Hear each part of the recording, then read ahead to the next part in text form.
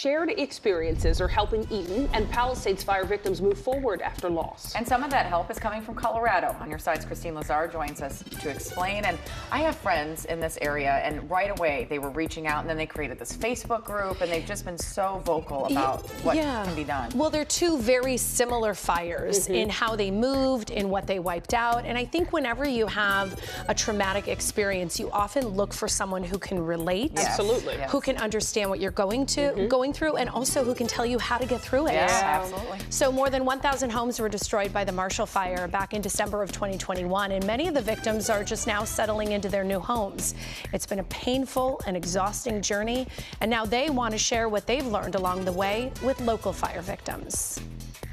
Entire neighborhoods wiped out by a fast-moving brush fire in Boulder County back in 2021 in the Marshall Fire, and now here in the Eaton and Palisades fires. And my husband and children were trapped in the house, and the house caught on fire with the family in it. Melanie Glover lost her home in the Marshall Fire, her family narrowly escaping with their lives. The fire department had pulled out at that point, and they wanted the fire to just burn through the neighborhood. None of our fire hydrants were working, and similar story, right? Strikingly similar, from the way the fire moved to the frantic evacuations. They ran out and jumped in the car with my husband, and two dogs without leashes. My kids were in bathrobes. They were barely dressed because they weren't able to get any clothes because the house caught on fire so quickly. It's been a little over 3 years since the Marshall Fire. Many of the victims are just getting back into new homes they've built.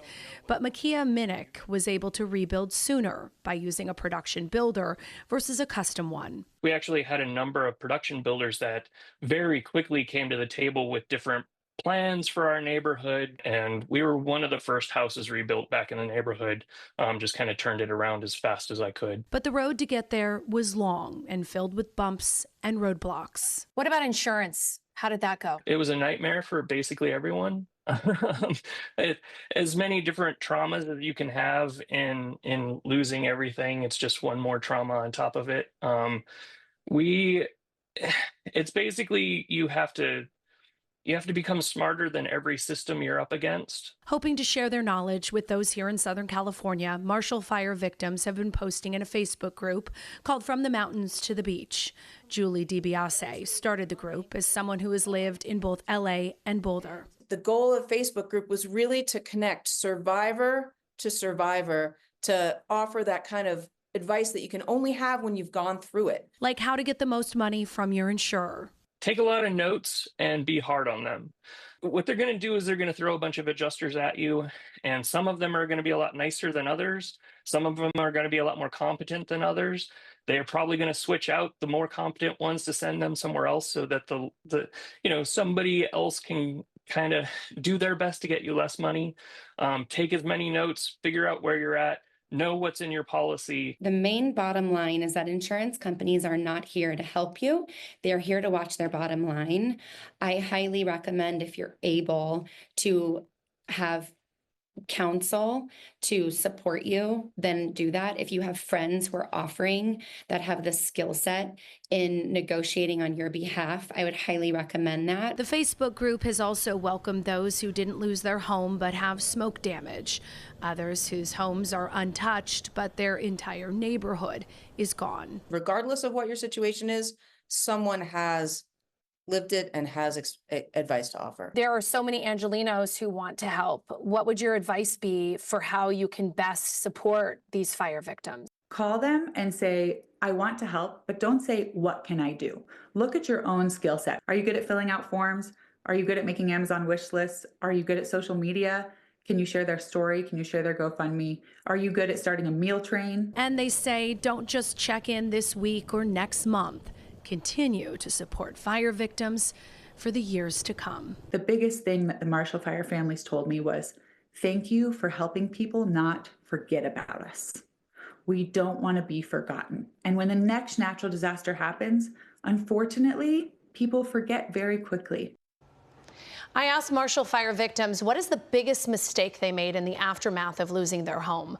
One said they regret accepting the initial money insurance gave them because they feel that taking a little money here and there enabled their insurer to avoid paying out a bigger claim in the end. Another said they regret not asking friends and family for more help, which is something I've heard from people here in LA. They're hesitant to say, can you contribute money? Can you help me with this? But we see it. People want to help. They just don't know how to help. Well, it can be simple, though. I mean, I think it's one of those things I've now taken it upon myself to say, I'm bringing you a meal. Right. Right. Where are you today? What do you need? This? I can bring you shampoo. Do you need? Because if you just say, "What can I do?" a They're lot of gonna times say, they just go, I'm not don't sure. know." I'm so overwhelmed. And most of these people are not going to ask for help. You know, I mean, it is one of those things. I mean, how many of us, Right. even in our day-to-day prideful. lives, but we're very Sure. like, I can do it on my own. And you feel like you don't want to bother other people because everyone's going through something. Yeah, and they say timeline, at least the Marshall victims, the earliest people got into their homes, those who worked with the production builders, it was about 1.5 years. Wow. Those who are doing custom builds, it's about 3 years, Yeah. if not Still more. so long. But they say it's real, we need to look at like a decade until we are fully back. everything. I mean, it makes sense with the amount we've Yeah. lost. It's just a Absolutely. hard to wrap figure your to head stomach. around. Yeah, it and is. entire neighborhoods that need to be rebuilt. Yeah. All right, Christine, thank you so much for that.